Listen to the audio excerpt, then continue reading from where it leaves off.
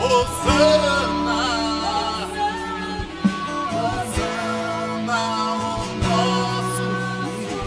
Hosana ao nosso Rei. Hosana, Hosana, Hosana ao nosso Rei. Cristo é a nossa vida, o motivo em nosso novo coração. Pois morreu a nossa morte pra vivermos os doce grandes salvação.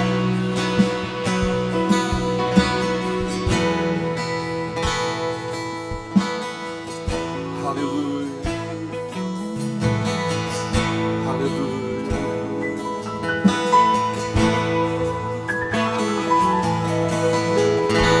Te louvamos, ó Senhor,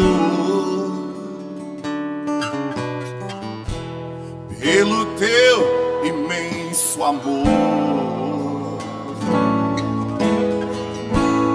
Manifesta o teu perdão e poder, e assim vamos te adorar para sempre, para sempre, ó meu Deus. Te louvamos, ó Senhor, pelo teu imenso amor. Manifesta o teu perdão e poder, e assim vamos te adorar para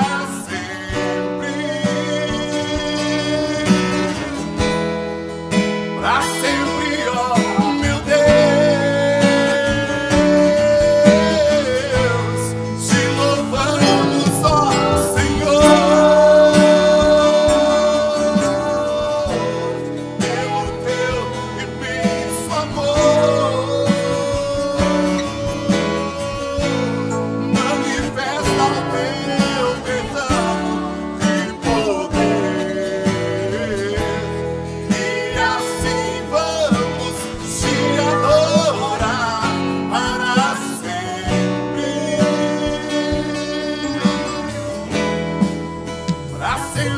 ó meu Deus.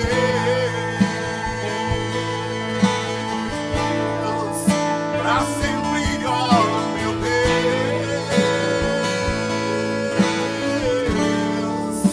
Para sempre, ó meu Deus. Para sempre, Senhor. Para sempre, Senhor, nós queremos te adorar. Amém. Como igreja reunida aqui, Senhor, nós glorificamos o teu santo nome. Tu és o nosso Deus, Espírito Santo. Continue ministrando neste lugar, edifica a tua igreja, Senhor. A tua igreja que se reúne aqui, Pai, em nome de Jesus. Amém. Aleluia.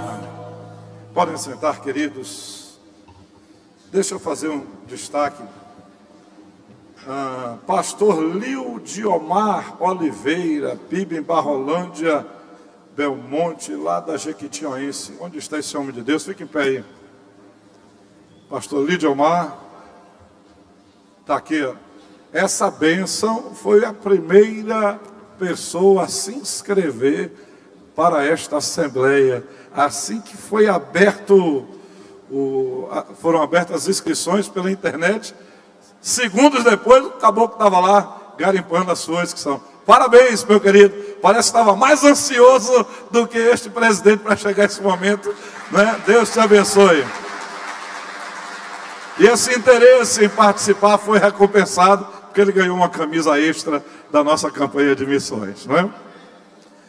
Luiz Eduardo também tem outros detalhes dessa Assembleia de Luiz Eduardo. Temos aqui o pastor Eli Costa. Fique em pé, meu querido pastor Eli Costa. É a primeira assembleia dele enquanto, né, pastor no nosso estado, em uma igreja lá da nossa associação. Eu queria convidar o pastor Eli Costa para vir ao microfone e fazer oração por esse momento de reflexão da palavra do Senhor. Vem aqui, meu querido. Ele é um amigo nosso lá na cidade de Jequié, serviu durante muito tempo como missionário da Jocum e agora pastor no nosso campo. A igreja dele tem um nome bonito, na Igreja Batista da Vitória, né?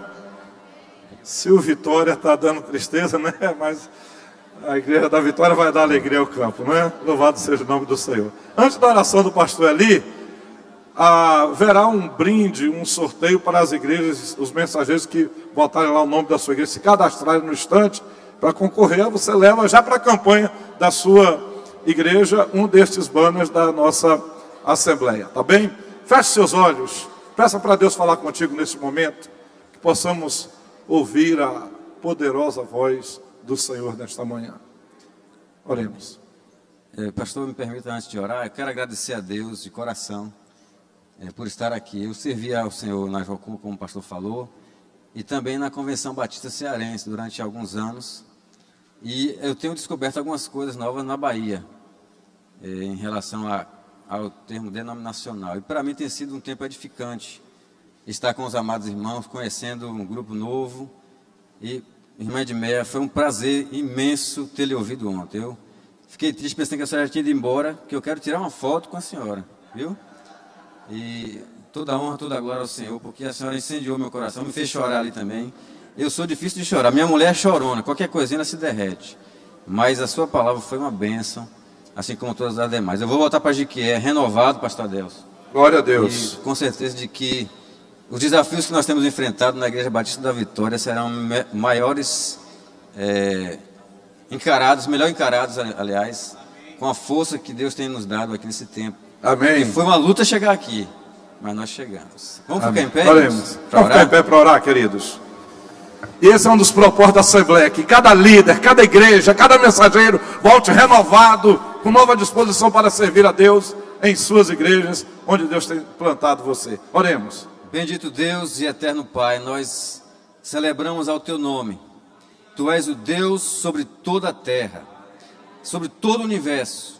Nada existe, nada acontece sem a Tua determinação. Nós reconhecemos, ó Deus, a Tua soberania sobre todas as coisas. Nós louvamos o Teu nome porque Tu és maravilhoso. Tu és um Deus que governa todas as coisas e tem estado no controle de tudo que tem acontecido nessa Assembleia. E certamente, ó Deus, o destino que há de ser em relação aos acontecimentos necessários, ainda nesta manhã, haverão de acontecer conforme a Tua orientação. Amém, meu e Deus. Determinação. Te louvamos, ó Deus, pelo renovo que o Senhor colocou em nosso coração. Te louvamos, ó Deus, por cada palavra abençoada que o Senhor colocou no coração de quem ministrou aqui neste lugar, pela bênção de ter ouvido também, celebrado juntamente com Nani Azevedo ontem à noite, e por aquilo que o Senhor falou hoje ao nosso coração, através das canções já cantadas. Pedimos agora, ó Deus, a Tua bênção, para que esta manhã, à tarde, à noite, e o retorno de cada um para os seus lares, suas igrejas, seja cheio de alegria, de força e de renovo vindo do Teu coração para nossas vidas, em nome e por amor de Jesus. Amém. Amém. Podem sentar, queridos, vamos ouvir a palavra. Eu queria convidar a irmã Edmeia para ter acesso aqui à plataforma. Ontem a irmã Edmeia deu um impacto na gente, já na subida, né? Todo mundo preocupado, e ela foi, ó para aí. Glória a Deus. Bem-vinda, querida. Que Deus te use poderosamente, com muita unção, com muita graça.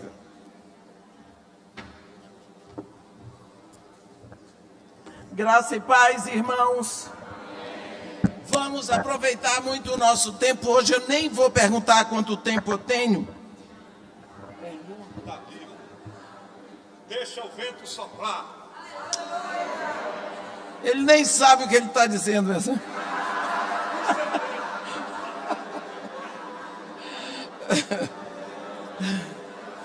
Meus irmãos, vamos abrir a nossa Bíblia novamente num texto tão conhecido, no capítulo 37 do livro do profeta Ezequiel. Ezequiel, capítulo 37. E vamos trabalhar aqui a nossa visão sobre o que está lá fora,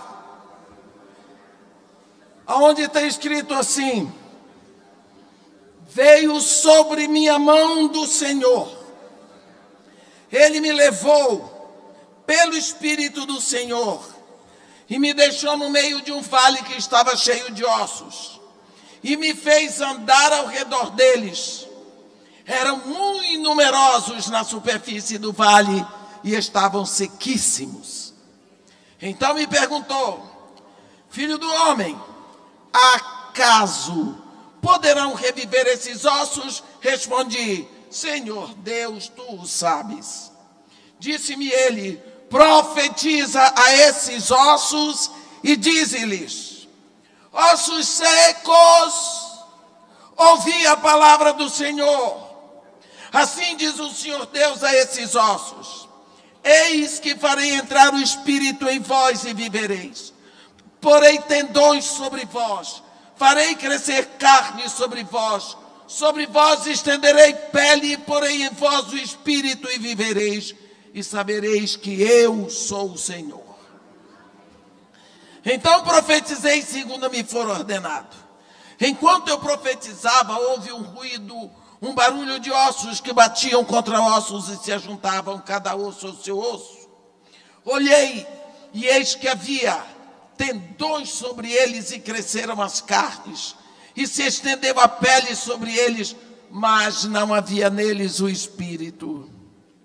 Então ele me disse: profetiza o Espírito, profetiza, ó filho do homem, e dize-lhes: assim diz o Senhor Deus, vem dos quatro ventos, ó Espírito, e assopra sobre esses mortos para que vivam. Profetizei como ele me ordenara, e o Espírito entrou neles, e viveram, e se puseram em pé um exército sobre modo numeroso. Amém. Eu queria que os irmãos, pedir aos irmãos neste momento, que prestasse atenção ao mover dessa palavra, porque a palavra de Deus é o próprio Deus. Deus não muda, mas Deus se move. E ele diz, o profeta diz: veio sobre mim a mão do Senhor. Veio sobre, quer dizer, eu estou embaixo. Aí, ele me levou. Ele me deixou. Ele me fez andar ao redor. Ele me perguntou: nisso está toda a sua vida missionária. A ordem vem lá de cima e leva você pelo seu coração a sonhar, a pensar e a desejar. E você acha que o desejo é seu, é de Deus em você. Mas ele veio sobre mim, me levou e me deixou aonde? No palácio, nos shoppings, no meio de um vale que estava cheio de ossos secos. Que visão horrível! Tem gente por aí querendo visão disso, visão daquilo. Eu não sei porque quando uma pessoa vê um anjo, a primeira coisa que o anjo diz é: não temas. Por quê? Se a visão é tão boa, por que não temas? Visão espiritual. Cuidado com os sentimentos. O justo vive pelo que ele crê. Não é pelo que ele sente, nem pelo que ele vê. Então, ele fica no meio de um vale que esteja cheio de ossos. Não eram ossos de frango, não eram ossinhos de peixe, era osso humano, eram caveiras. Você quer? Ele me deixou Pronto, ficou lá. Olha o que Deus faz quando Ele quer mover. Deixou o pobre do profeta lá no meio. Depois, Deus achou que era pouco, me fez andar ao redor dos vales. Para quê? Para tomar conhecimento, para olhar, para compreender, para sentir, para chorar, para rir, para fazer parte do grupo da cena. Você lembra que quando Neemias chegou em Jerusalém, primeiro ele foi andar a cavalo sozinho? Só depois de 3 dias é que ele começou a fazer alguma coisa? Foi sentir. Ele sentiu o problema. Pense o profeta de Deus, levado por Deus ali, agora tem que rodar para perceber, para sentir, para chorar, para sofrer. Porque Deus estava chorando por aquilo. E Deus é espírito. E aqui na terra Ele nos deu um corpo.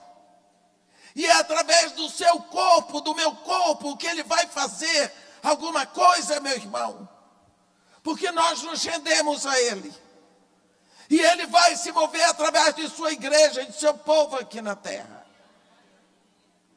E Ele me fez andar ao redor do vale. E o profeta chegou a uma conclusão. Olhou, sentiu, viu e disse: eram muito numerosos na superfície do vale e estavam sequíssimos. Quando nós estudamos português, nós aprendemos que quando o adjetivo vai para o superlativo absoluto, sintético, não tem mais jeito. Quando chega a dizer sequíssimo, é porque não dava para secar mais. Quando Deus diz altíssimo, é porque não tem mais alto do que Ele. Santíssimo, não tem mais santo que Ele. Aqui o profeta diz, estão sequíssimos. Não tem jeito. Estão sequíssimos.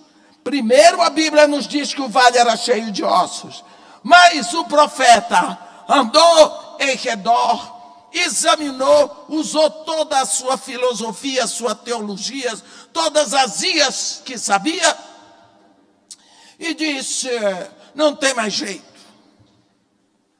Essa é a nossa atitude quando nós olhamos prostitutas, gays, meninos de rua, mendigos. Essa é a nossa atitude, nós condenamos, não tem mais jeito, já era. É a atitude do profeta Ezequiel aqui. É a atitude do coração humano quando você chega diante de uma situação que para você parece impossível, meu irmão. Enquanto é possível, eu faço. Enquanto é possível, eu procuro alguém que saiba fazer. Mas quando está no impossível, eu levo para o doutor do impossível. Não por acaso ele é o meu pai. Eu digo, o senhor está aqui porque só o senhor. Ele, na mente dele, disse, isso aqui não dá mais. Aí vem Deus, com todo o seu jeito de ser Deus, que só Deus sabe como é ser Deus, e vai fazer uma pergunta. Cuidado quando Deus faz perguntas, porque quando eu pergunto, eu não sei a resposta, mas Deus sabe todas as respostas. Por isso, seja maroto, como diz o carioca, que quando Deus faz pergunta, tem coisa ali. Deus vai fazer uma pergunta. Filho do homem, acaso poderão reviver esses ossos. Deus está falando de ressurreição. Reviver, ressuscitar. Você pensa o choque do profeta? Isso aqui está sequíssimo. Tem jeito não. Poderão reviver esses ossos? E o profeta, sabendo que era Deus que estava falando com ele, tirou o corpo de fora e disse: Senhor, tu sabes. Quem sou eu para dizer que não? Tu sabes. E Deus diz para ele: profetiza esses ossos. O quê? Profetizar a osso seco, dize-lhes: ossos secos, ouvi a palavra do Senhor. Eu pergunto para os irmãos: por acaso osso seco ouve? Se for a palavra do Senhor, ouve sim. Porque não há impedimento para a palavra do Senhor. Quando é Deus que fala, quando é a palavra de Deus que é dita, montanha sai do lugar, morto no quarto dia ressuscita, o mar se acalma, o vento para, porque é Deus que fala. A palavra de Deus trabalha sozinha, ela é viva e eficaz. E é mais cortante do que qualquer espada de 2 gumes. A Bíblia diz que ela vai até o ponto de separar a alma do espírito, juntas e medulas, e é apta para discernir os pensamentos e os propósitos do coração. Profetiza esses ossos. O profeta profetizar a osso seco. É como profetizar para a palavra, para a parede. Como é que se profetiza para osso seco? Do jeito que você profetiza. Você não é profeta. Eu não te dei a profeteia? Então agora usa, vamos embora. Você não diz assim: povo de Israel, ouvi a palavra do Senhor? Diga: ossos secos, ouvi a palavra do Senhor. Meus irmãos, eu tenho um negócio assim. No campo missionário, eu tenho, me compreendo, uma inveja de Jezabel. Ô mulher! Olha, aquela mulher fez um casamento político com Acabe. Ela era uma princesa fenícia. Ela casou com Acabe e pensou: eu vou casar com o rei de Israel, eu vou entrar naquela terra, eu vou impor a adoração ao meu Deus e vou arrebentar, acabar, extinguir a adoração ao Deus deles. Aquela mulher casou. Aquela mulher foi para Israel para implantar a adoração ao Deus deles, porque ela cria em Baal. A mulher era inteligente. Ela disse assim: como é que eu vou implantar o culto a Baal? Como? Eu vou ter que levar o povo a desprezar o Deus deles. Como eu vou fazer isso? O que leva o povo a adorar o Deus de Israel é ouvir a palavra do Deus de Israel. Se eu proibir e eles não ouvirem a palavra do Deus de Israel, eles deixam de crer. Então, eu vou proibi-los de ouvir a palavra de Deus. Mas como eu vou fazer isso? Tem que calar a boca do profeta. Porque é o profeta que prega a palavra de Deus. Meus irmãos, não existe ministério de pregador. O ministério é profeta. Não é aquela profecia de eis que eu te digo. Não tem nada disso. Profetizar é pregar a palavra de Deus. Né? Porque o testemunho de Jesus Cristo é o espírito da profecia, Apocalipse 19. Aí ela diz, só tem um jeito de calar a boca de profeta de Deus. Ô mulher que sabia das coisas, vou matar todinhos, porque profeta de Deus só cala a boca se tiver morto. Conheço a história de uma missionária, Sister May, da Índia, que ela voltou depois de tantos anos na Índia. Ela era canadense. E quando a minha menina foi visitá-la, ela estava com 92 anos, tinha câncer da cabeça aos pés. Ela era levada antes de cadeira de rodas, mas depois a cadeira de rodas virou uma maca. Ela ia para o púlpito na maca para pregar. A menina disse, mas Sister May, a senhora tem câncer no corpo todo? Ela disse, mas não tenho na língua. Pronto. Se o diabo não queria que ela pregasse, tinha que ter cortado a língua. Ela disse, não tem na língua, então eu vou pregar.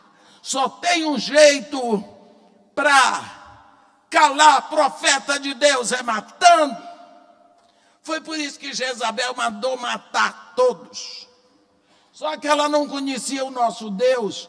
É nessa hora que surge Elias de Tesbe para implantar o culto a Baal. Só foi para ela passar vergonha. Mas eu fico pensando, quando a pessoa tem esse fogo queimando, porque, meus irmãos, nós estamos entre dois fogos, o fogo da pirosfera e o fogo dessa estrela imensa que é o Sol. Mas isso fisicamente, espiritualmente, nós estamos entre dois fogos, o fogo do mundo e o fogo do Espírito. E nós temos que saber qual é o fogo que está nos incendiando. E tem que ser o fogo do Espírito no qual nós estamos batizados. Esse fogo que explode, que nos leva cada vez, nos arrasta e nos tira do mundo. E não precisa fazer barulho. Porque lata, quanto mais vazia, mais barulho faz. Não é? Então, o profeta vai profetizar como? Ossos secos. Ouvir a palavra de Deus. Qual é? Eis que farei entrar o meu espírito em vós e vivereis.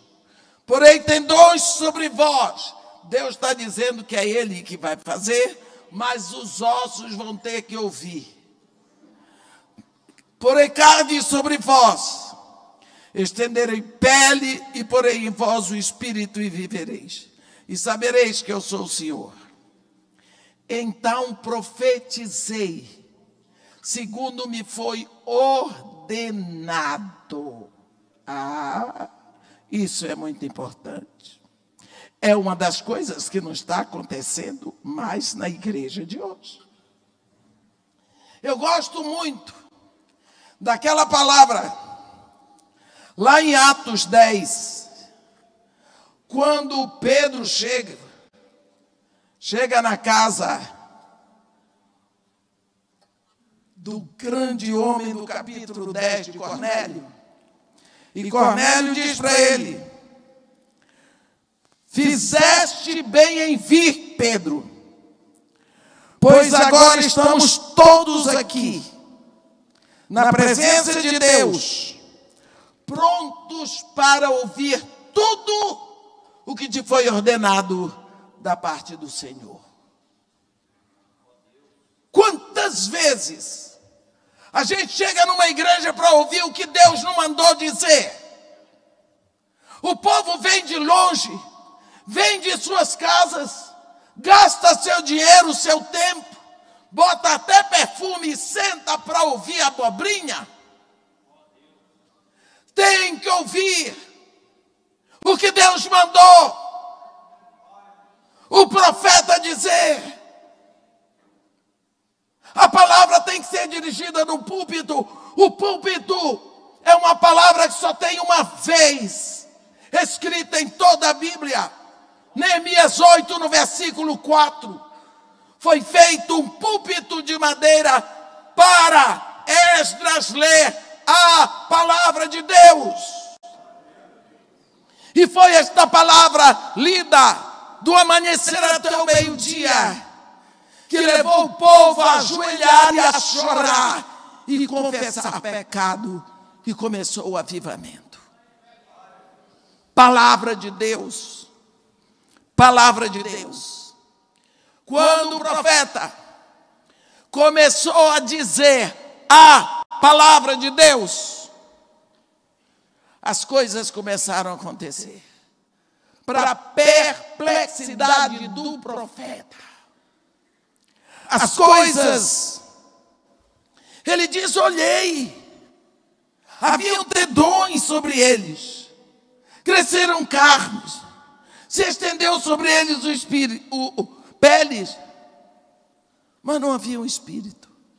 Isso, quando a pessoa prega sem fé no que está dizendo, ela se surpreende. Lembra de Jonas? Sujeito esquisito. Mas Deus diz para ele: dispõe-te e vai à grande cidade de Nínive e profetiza contra ela a palavra que eu te digo. Então Jonas só ia abrir a boca, e lá vai aquele judeu, aquele hebreu esquisito, brabo. Ainda 40 dias e Nínive será subvertida. Ainda 40 dias. Um sermão de 7 palavras. Mas era a palavra de Deus. Ele não anunciou um pecado de Nínive. Ele não disse nada do que Nínive fazia de tão errado. Ele apontou para um tempo. Ele fez um sermão escatológico. Foi o que Deus mandou. Olha o tempo. Hoje são 40 dias. Amanhã 39. Depois 38. O povo começou a pensar num tempo que acabaria. Que sermão é esse? Que o rei desce do seu trono, tira suas vestes reais, se veste de pano de saco, se assenta na cinza, ordena que todos se convertam ao Deus de Jonas, promulga um jejum. Um sermão que apontou para o tempo. Palavra de Deus. Jonas se assustou. Ficou contrariado. Esse aqui ficou perplexo. O quê? É, profeta. Diga a palavra de Deus. Pregue o que está escrito nesse livro. Porque a palavra de Deus é gerada no coração de Deus. E você vai ver os ossos secos fazendo barulho.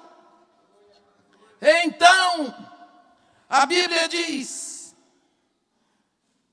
estava tudo prontinho. Pensa, onde tinham ossos secos, agora era uma porção de defunto. Tudo defunto. Tinha osso que vinha. A Bíblia diz que enquanto eu profetizava, houve um ruído, um barulho de ossos que batiam contra ossos e se ajuntava cada osso ao seu osso. Vinha um pedaço de mão de lá e procurava o resto dela aqui. Eu imagino como estava aquele ar, aquela barulheira. Depois aquilo foi cessando. E os defuntos foram se arrumando. E na hora que o esqueleto estava pronto, começou a vir carne, tendão, músculo, osso, veia. Eu sei lá, eu acho que tinha até cabelo, sei lá, alguns tinham barba e bigode, não sei, eu imagino muito. Depois que os defuntinhos estavam todos no lugar, o profeta disse, se fosse nordestino ia dizer, vixe. Misericórdia. Que milagre! Louvado seja o Senhor Deus de Israel. E Deus estava olhando para a cara dele. Como o Senhor é grande, como o Senhor é poderoso. Olha, dos ossos secos, o Senhor trouxe pessoas. Pensou o quê, profeta? Eu não disse que vou botar meu espírito. Você pensa que já parou, é?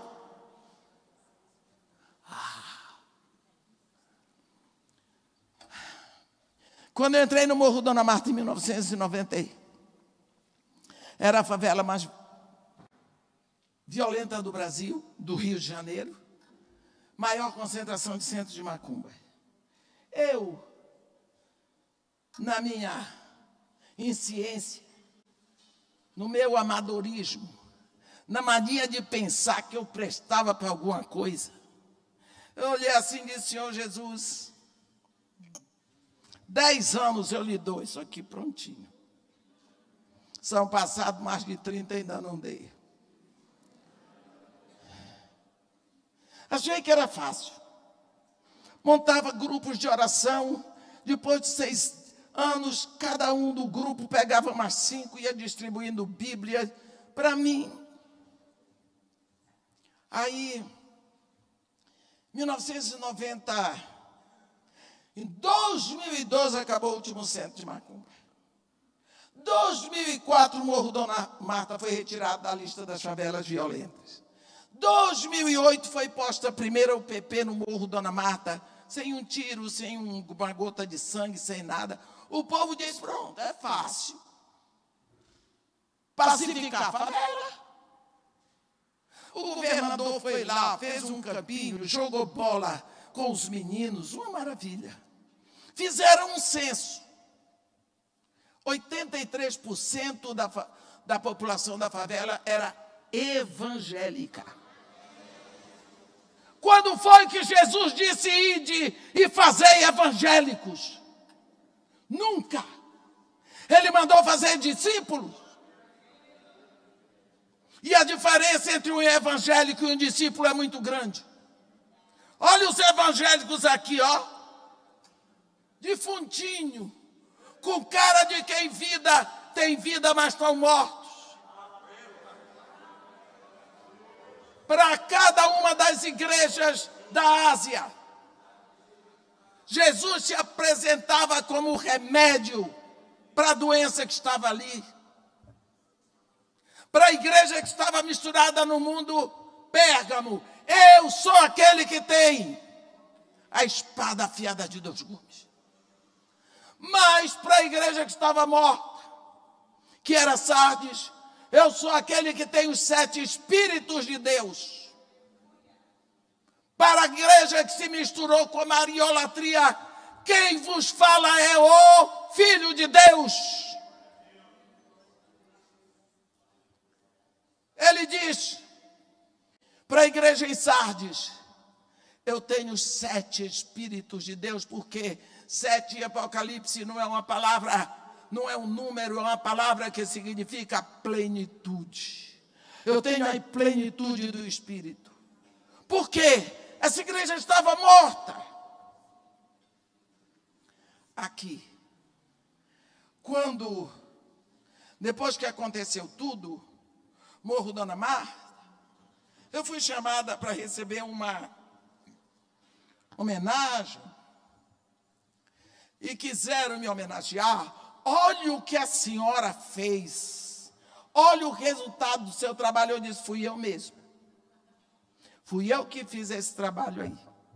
Porque se fosse o Espírito Santo, as moças não estavam engravidando solteiras. Mas como foi eu, as moças engravidam solteiros, os meninos do louvor estão na imoralidade, e assim por diante. Fui eu que fiz o trabalho.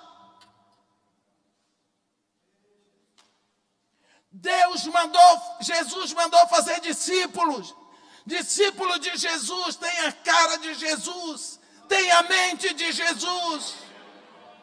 conhece o seu mestre, anda com ele, ama e entrega a vida por ele. Para ser evangélico, decora 2 versículos, canta uns corinhos. Vim do aeroporto para casa, motorista do táxi deu uma parada e disse: "Ô, seu incircunciso!" Evangélico sabia o que era incircunciso. Ó, irmã, aquela mulher é uma Jezabel da vida. Eu, misericórdia. Está xingando e julgando e achando que é discípulo? Nunca. O discípulo vive na batalha. Ele está sendo transfigurado. Porque o Espírito Santo nos foi dado para nos transfigurar. Romanos 8, 29. E aqueles que de antemão conheceu, a esses também predestinou para serem feitos à imagem do seu Filho. É o Espírito que está nos transfigurando. É o Espírito que está fazendo um trabalho de transfiguração. Meus irmãos, o plano de Deus para nós não é salvação. O plano de Deus para nós é santificação. Mas como ninguém pode ser santo sem for salvo, e só quem pode nos salvar é Deus, Ele vai lá nos salva para sermos salvos. Não é? Paulo, lá, 2 Coríntios 3, ele fala daquela situação de Moisés, que ficou muito tempo no monte exposto à presença de Deus, e quando desceu de lá o seu rosto brilhava. O povo ficou maravilhado pela incidência da glória de Deus sobre o rosto de Moisés. Mas com o tempo, o brilho foi desaparecendo. Moisés cobriu o rosto com um véu, para ninguém perceber que o brilho estava indo. Isso é Paulinho de Tarso que diz, 1 Coríntios 3. No versículo 18, ele diz que conosco é diferente. Esse Deus que estava do lado de fora, mudou de residência para dentro de você, para dentro de mim. E daqui, ele expressa a sua glória. Sabe, lá em Taparica, ali, perto da fonte da Bica, tem aquele paredão. E aí embaixo tem umas pedras. E quando a onda bate no paredão, naquelas pedras, quebra os mariscos que estão ali. Não é? E o baiano da ilha diz assim: no embate da maré contra os abrolhos, quem entra pelo cano são os mariscos. Não é? Vocês não conhecem isso, não? Precisa ir para Itaparica melhorar a cultura. O mar vem, pá no paredão, marisco vai sendo quebrado. Você entendeu isso?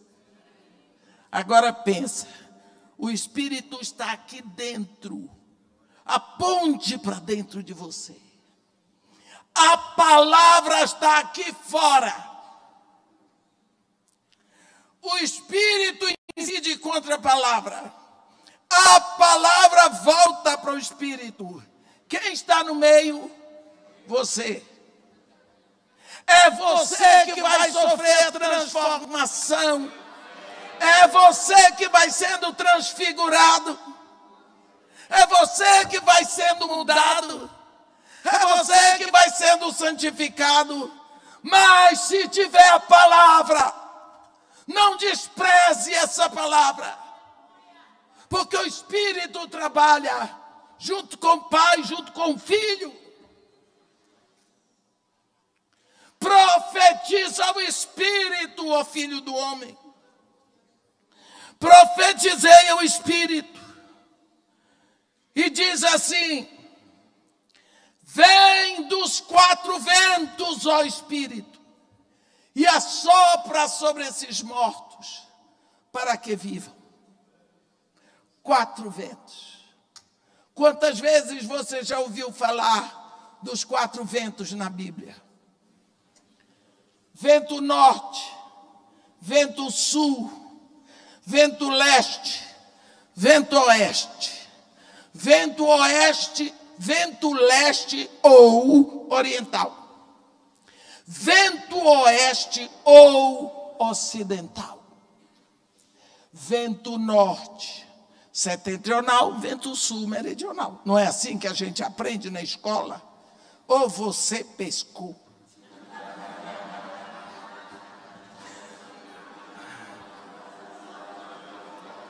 Eu estudei em Salvador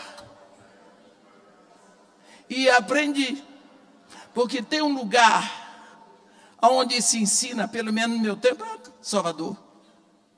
Era. Não sabe onde Deus lhe fez nascer, não é? Fica na bênção, meu irmão, que a cidade é cidade do Salvador da Bahia, de todos os santos. E é santo mesmo. Olhe, vamos ver a ação desses 4 ventos. Eu não posso pregar sobre eles por causa do nosso tempo. Só para dizer a ação. Quando o Espírito vem na ação dos 4 ventos, ele vem como o vento leste. O vento leste é o vento que ele destrói. Ele míngua. Lembra do sonho de Faraó? Quando ele estava contando para José, ele disse que as vacas gordas, depois delas vieram as magras por causa do vento oriental. As espigas eram cheias, mas ficaram crestadas pela ação do vento oriental. É esse vento que rasgou o Mar Vermelho. O vento oriental, ele mingua. O vento ocidental, ele liberta. Foi o vento que, quando Moisés orou, Deus soprou esse vento e ele jogou todos os gafanhotos do Egito para o Mar Vermelho. A Bíblia diz, não restou nenhum só. Vento ocidental. Vento norte é o vento que limpa. Ele produz a neve que desce, trazendo toda a sujeira que está no ar. E você respira e você vê melhor. E o vento sul vem na sua vida para espalhar o perfume de uma vida dedicada a Deus. E Deus se alegra de celebrar, de respirar o perfume de um sacrifício vivo a Ele. Essa é a ação dos 4 ventos. Vem dos 4 ventos, ó Espírito, e assopra sobre estes mortos. Estavam ali, não eram mais ossos secos, mas eram mortos. Tinham a aparência de que estavam vivos, dormindo.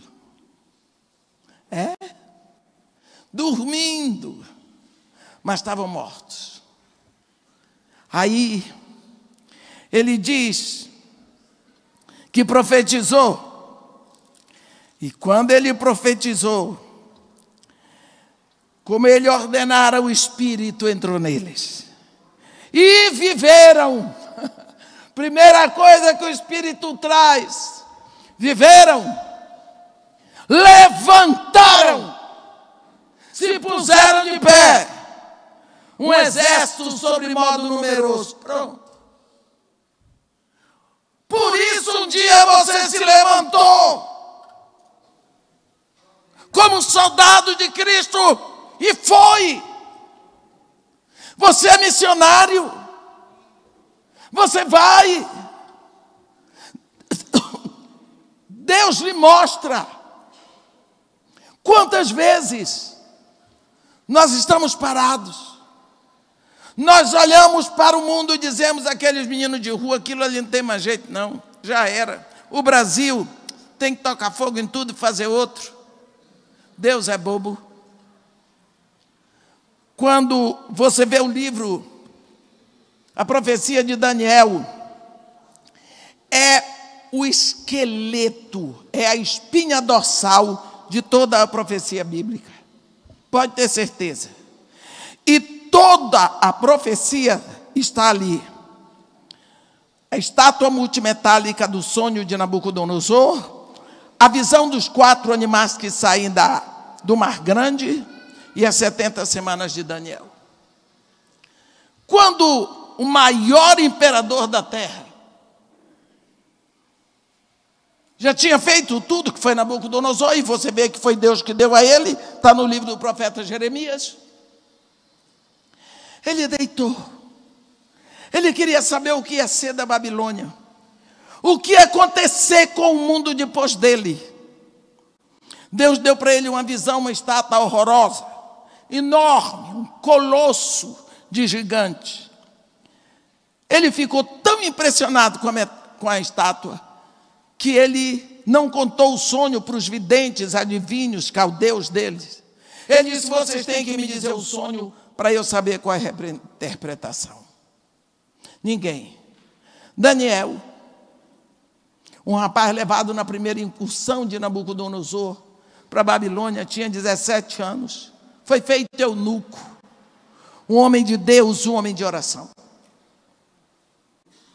Ele pediu tempo para o rei, orou, Deus deu para ele a interpretação, e a interpretação é a seguinte: a cabeça da minha estátua era de ouro, o peito e os ombros de prata, o ventre de bronze, as pernas de ferro e os pés metade ferro, metade barro.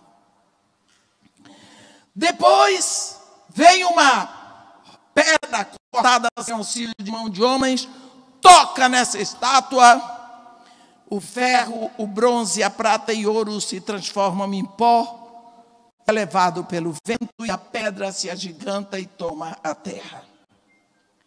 Meu irmão, aqui Deus respondeu para Nabucodonosor: olha, o governo na terra, na mão de homens, esses homens sempre serão mortos espiritualmente, porque a cabeça de ouro é o império da Babilônia, o peito e os braços de prata é o império medo-persa, o ventre de bronze é o império greco-macedônio, as pernas e os pés é o império romano, os pés misturados com ferro e barro, é essa democracia horrorosa que nós temos visto. Bem, ouro, prata, do ouro veio para a prata, piorou. Da prata veio para o bronze, piorou. Do bronze veio para o ferro, piorou. O ferro se mistura com barro, não tem nem explicação. O que significa que todo o governo da humanidade, seja ouro, seja prata, seja bronze, seja ferro, ele é morto, ele é barulhento e ele vai piorando. Porque a prata é pior do que o ouro, e o bronze é pior do que a prata e o ouro, e o ferro é pior. Vai piorando. Vai piorando. No sonho, na visão de Daniel, então Deus vai mostrar os animais que saem do Mar Grande. O leão, que tinha asas de águia, o urso, a pantera, o leopardo e um animal indescritível que é o Império Romano. Mostra o caráter dos governantes. Todos são sanguinários, todos são impiedosos, todos são inimigos de Deus. Ninguém tem o Espírito. Mas uma coisa é certa: não importa se é ouro, bronze, ferro ou prata, essa rocha vai transformar tudo em pó, porque fica aqui embaixo. Nós estamos vivendo no momento último na terra.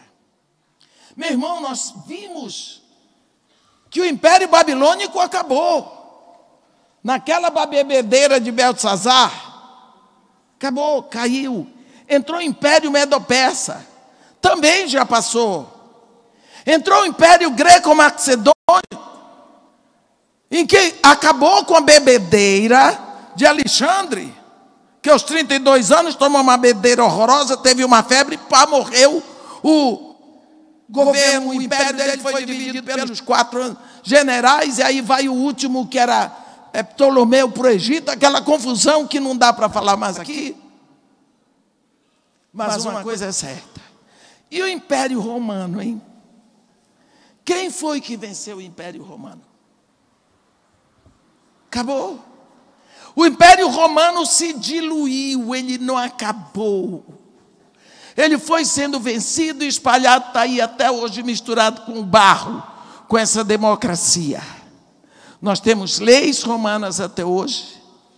Nós temos até hoje os nabucobarros, que são esses governantes que aparecem e vão dar jeito em tudo. Nabucobarro não vai prestar para nada. Os governos na terra, segundo a visão de Deus, vão piorando cada vez mais. Mas uma coisa é certa, e nós precisamos prestar atenção, é o tempo que nós estamos vivendo. É o final.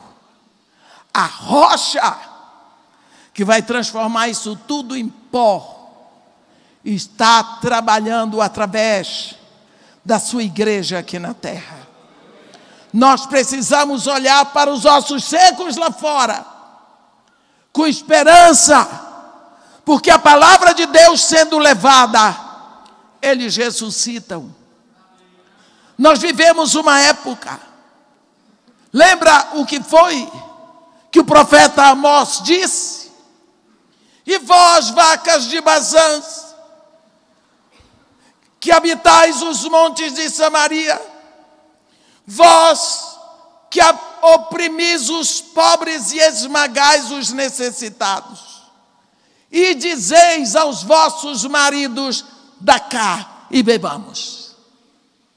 Não é hoje que essas peruas riquíssimas aceitam que seus maridos roubem e oprimam o pobre para elas terem o dinheiro para todas as plásticas, achando que não vão morrer, para todos os seus luxos, achando que serão melhores.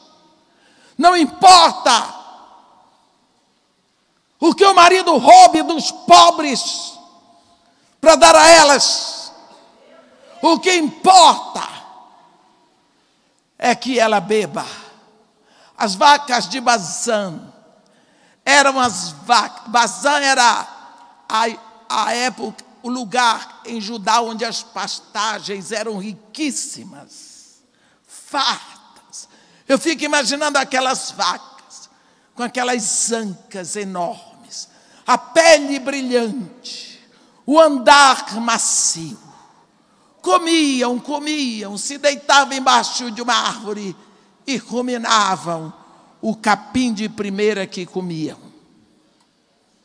É assim que estão as mulheres hoje, ao contrário das mulheres de Tito 2. Meus irmãos, nós não podemos ser indiferentes ao que acontece lá fora. Vivemos numa época da indiferença. A época com síndrome de Laodiceia, da igreja indiferente. A igreja que não sente saudade do seu noivo, que o noivo está batendo a porta. Ela pode até ouvir, mas não convida, ele não faz falta. É uma noiva que não namora, não gasta tempo com o noivo, e por isso, o amor que ele quer derramar pelos chamados ossos secos lá fora, não pode ser expressada.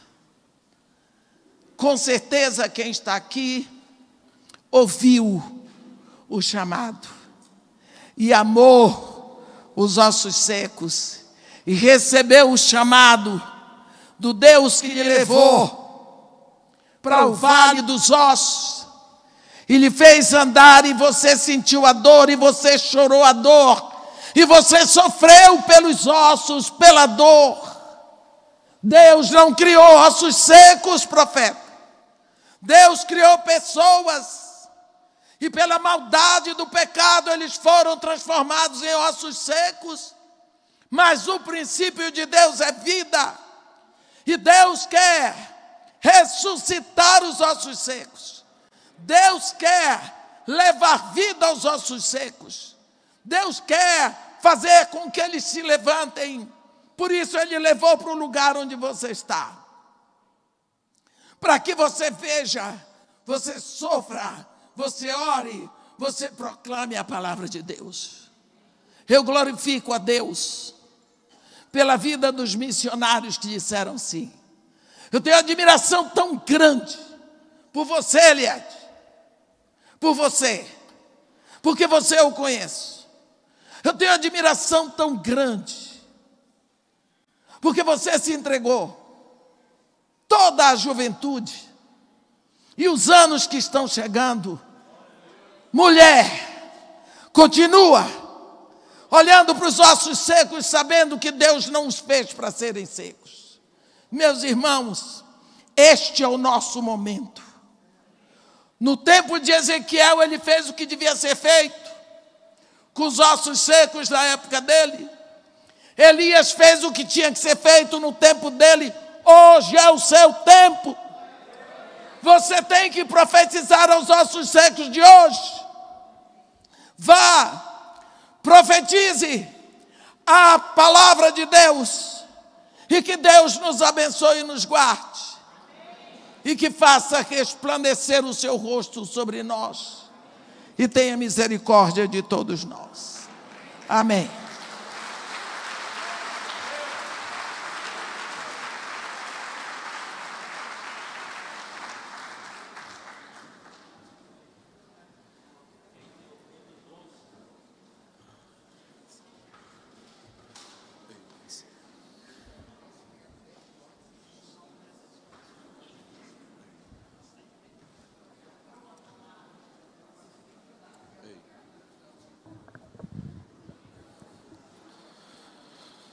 A única coisa que a gente pode dizer é: quem tem ouvidos para ouvir, que o Espírito diz à igreja. Curve a sua cabeça, a sua fronte, e ore ao Senhor. Tem jeito para a Bahia? Poderão estes ossos secos reviver? A pregadora diz: quando Deus pergunta, fica maroto. Deus tem feito grandes questionamentos a nós nesses dias e nos desafia a cumprir a nossa missão. Não deixe de anunciar todo o conselho, toda a palavra de Deus. Ah, Senhor,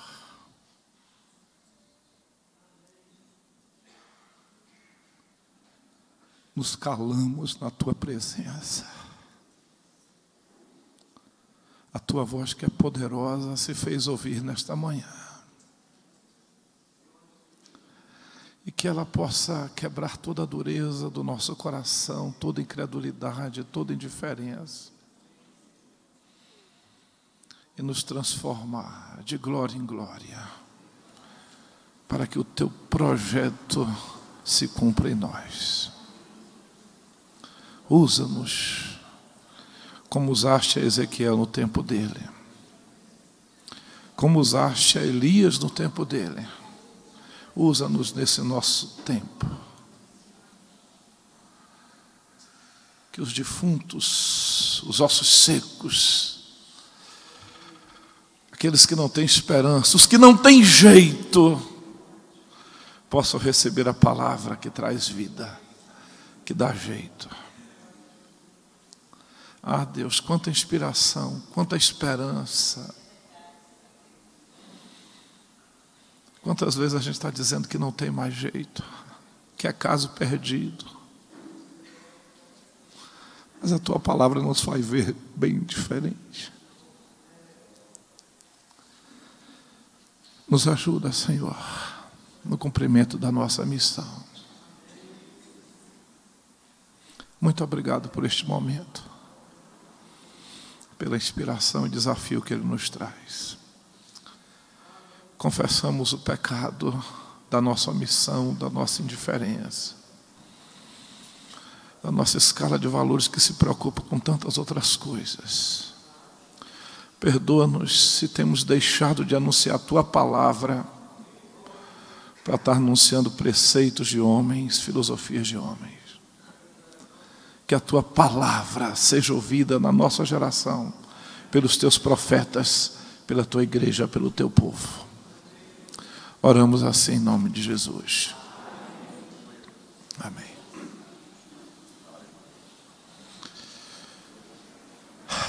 Depois desse tempo, temos previsto aí um rápido intervalo, e eu queria minimizar esse intervalo, mas concedê-lo